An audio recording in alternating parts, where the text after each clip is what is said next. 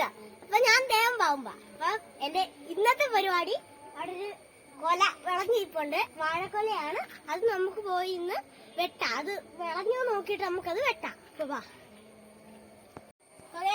ഇതാണ് കൊല. ഞാലിപ്പൂനാണോ?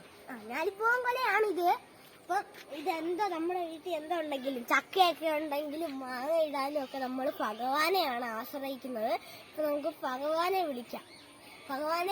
നമുക്ക് എന്നാലല്ലേ നമുക്ക് ഈ കൊല വെട്ടാൻ പറ്റുള്ളൂ. എനിക്ക് പറ്റത്തില്ല, കൊച്ചുപിള്ളായി വിറ്റാത്തിയൊന്നും എടുക്കല്, അതുകൊണ്ട് ഡേഞ്ചറാണ്. അതുകൊണ്ട് നമുക്ക് ഭഗവാനെയാണ് ആശ്രയം. അതുകൊണ്ട് നമുക്ക് ഭഗവാനെ വിളിക്കാം.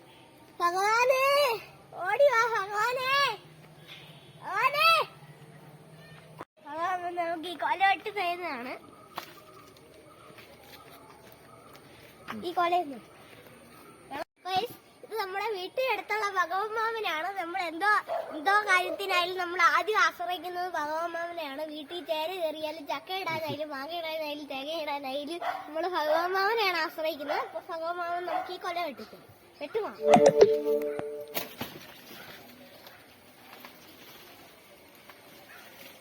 കൊല നമ്മൾ വെട്ടുവാണ്. ഭഗവന്മാവനാണ് ഇത് വെട്ടിത്തരുന്നത്. നമുക്ക് ഈ കൊല വെട്ടി തന്നിട്ടുണ്ട്.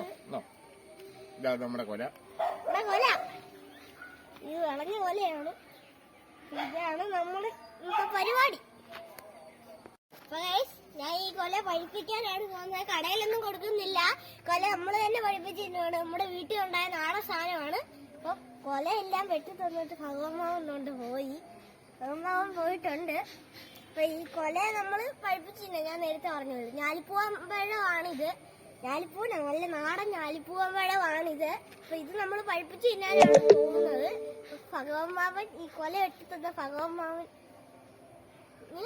Thank you. ഈ കൊല വെട്ടി തന്നുണ്ട്. അപ്പൊ ഇത് നല്ല കറയൊക്കെ വരുന്നുണ്ട്. നല്ല കറ.